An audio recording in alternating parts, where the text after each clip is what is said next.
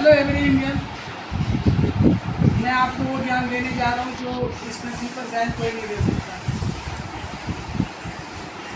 लोग कहते हैं कि जीवन का कर्म हमें अगले जन्म या पिछले जन्म से हम सीखते हैं। मैं आपको बताता हूँ, इसी जन्म में आपको इस चीज़ का आभास होता है कि हमने कर्म जो किया वो सही है गलत है। पहला, मौत तो निश्चित है, जीवन है या नहीं है इसका निश्चित नहीं है, लेकिन मौत निश्चित है।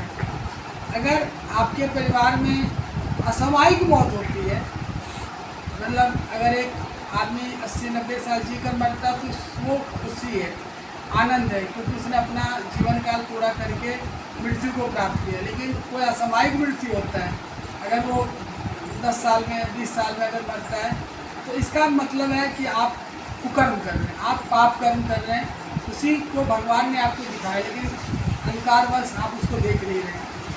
पहला ज्ञान। दूसरा ज्ञान, देखिए आज आदमी कहता है दुख क्या है, वस्तुओं का कम होना नहीं। वस्तुओं का कम होना दुख नहीं, वस्तुओं का कम होना सुख है।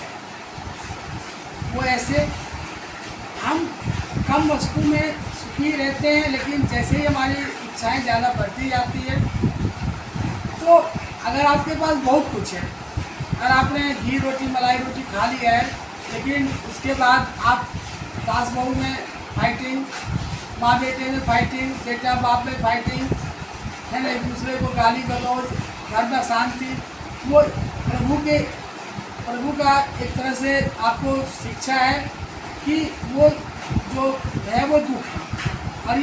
और इसलिए दुख है क्योंकि वो पाप कर्म से इकट्ठा किया हुआ धन आपके लिए फलित नहीं। आप कर्म करके धन को इकट्ठा कर रहे हैं, इसीलिए घर में कलह है, झगड़े हैं।